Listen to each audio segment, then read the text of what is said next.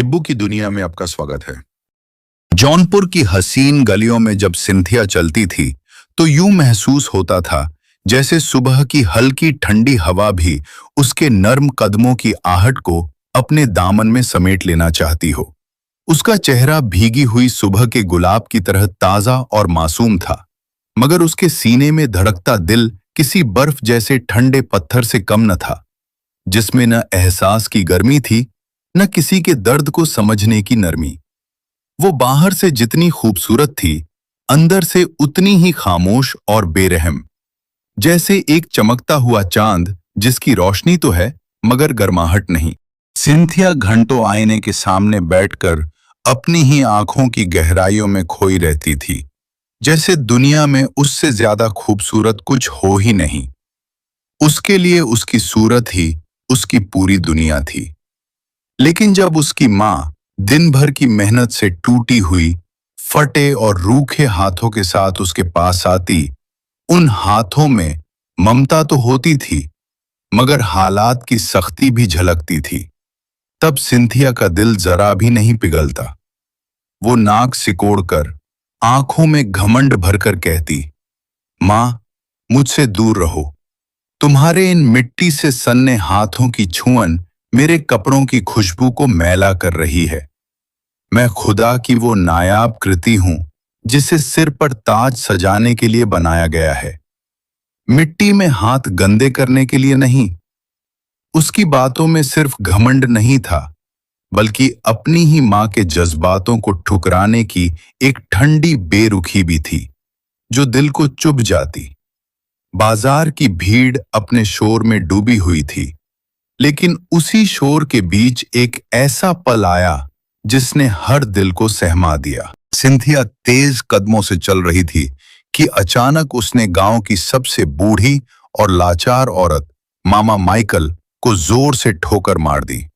बेचारी बूढ़ी मां के कांपते हाथों से लकड़ियां छूटकर जमीन पर बिखर गईं और उनका नाजुक सा शरीर धूल में जा गिरा। उनकी आंखों में दर्द था, लाचारी थी और एक उम्मीद भी कि शायद कोई हाथ उन्हें उठाने के लिए आगे बढ़ेगा। गांव वाले ये मंजर देखकर ठिठक गए, उनके दिल कांप उठे, मगर सिंथिया की आंखों में रहम का एक कतरा तक न था। उसने अपने रेशमी दुपट्टे को झटकते हुए घमंड से भरी आवाज में कहा, अंधी बुढ़िया, तेरे इन मैले हाथों ने मेरी चमक को छूने की हिम्मत कैसे की? तू मेरी राह का कांटा है और कांटों की जगह हमेशा पैरों के नीचे होती है। उसके शब्दों में इतनी सख्ती, इतनी बेरुखी थी कि वो सिर्फ मामा माइकल के दिल को नहीं, बल्कि वहां खड़े हर इंसान की रूह को चीर गई। मामा माइकल ने धीरे धीरे अपना सिर उठाया। उनकी आंखों में जरा भी गुस्सा नहीं था, बस एक गहरी, चुभती हुई उदासी थी, जैसे वक्त ने उन्हें बहुत कुछ सिखा दिया हो। उनके कांपते होठों से निकली आवाज में दर्द भी था और एक अनकही सच्चाई का बोझ भी। सिंथिया, तुझे अपनी इस खूबसूरती पर बहुत घमंड है ना? याद रखना, एक दिन यही चमड़ी तुझे आईने में खुद से नजरें चुराने पर मजबूर कर देगी। तेरा ये हुस्न, ये नाज, ये गुरूर सब कुछ तुझसे छिन जाएगा और तब तक वापस नहीं लौटेगा जब तक तू उस इंसान की सच्चे दिल से सेवा नहीं करेगी जिसे देखकर आज तुझे सबसे ज्यादा घिन आती है। उनकी बातों में बहुआ कम एक कड़वा सच ज्यादा था, ऐसा सच जो सीधे दिल में उतरकर इंसान को उसकी असलियत दिखा देता है।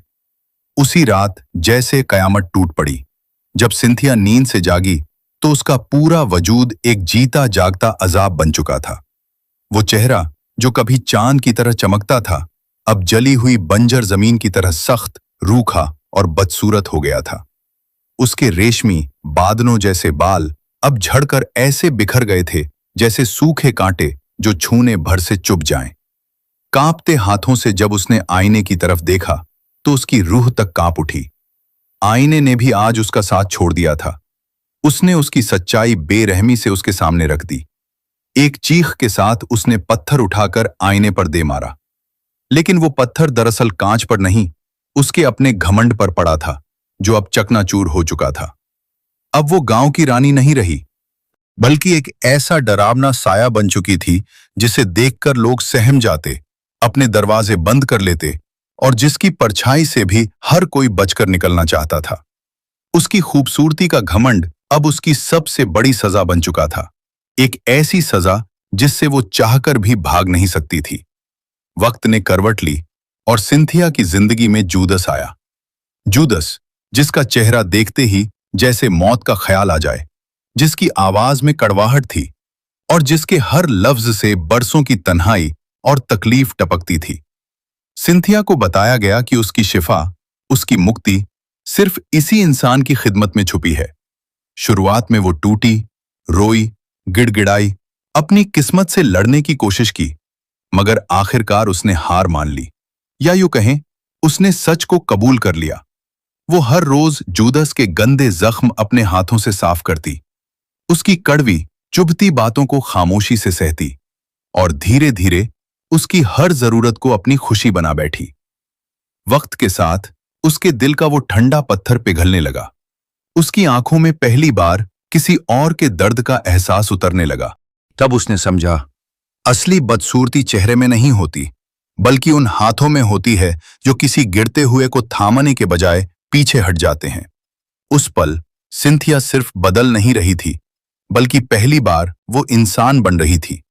एक पुरसुकून रात थी, जब हर तरफ खामोशी थी और हवा भी जैसे थम सी गई थी। सिंथिया चुपचाप जुदस के पैरों को दबा रही थी, बिना किसी शिकायत, बिना किसी थकान के।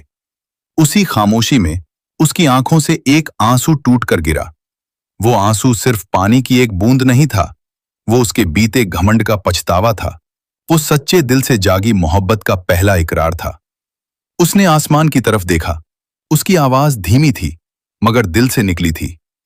मौला, अगर मुझे अब सारी उम्र इसी बदसूरती के साथ जीना पड़े तो भी मुझे कोई गम नहीं। बस मेरे दिल को हमेशा नर्म रखना, उसे कभी फिर से पत्थर मत बनने देना।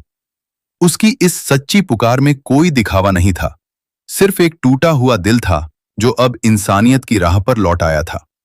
और फिर सुबह की पहली किरण के साथ एक करिश्मा हुआ।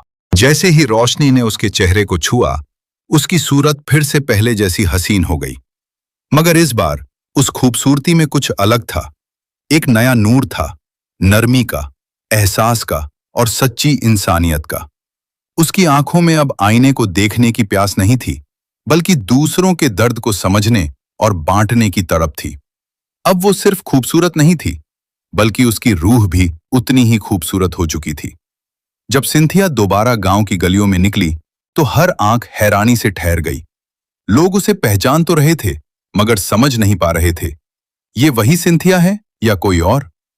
मगर अब उसकी चाल में रानी जैसा घमंड नहीं था। अब उसके कदमों में झुकाव था, उसकी नजरों में अपनापन था। वो हर उस बूढ़ी मां के कदमों में बैठ जाती जिसे उसने कभी अपनी ठोकरों से ठुकराया था।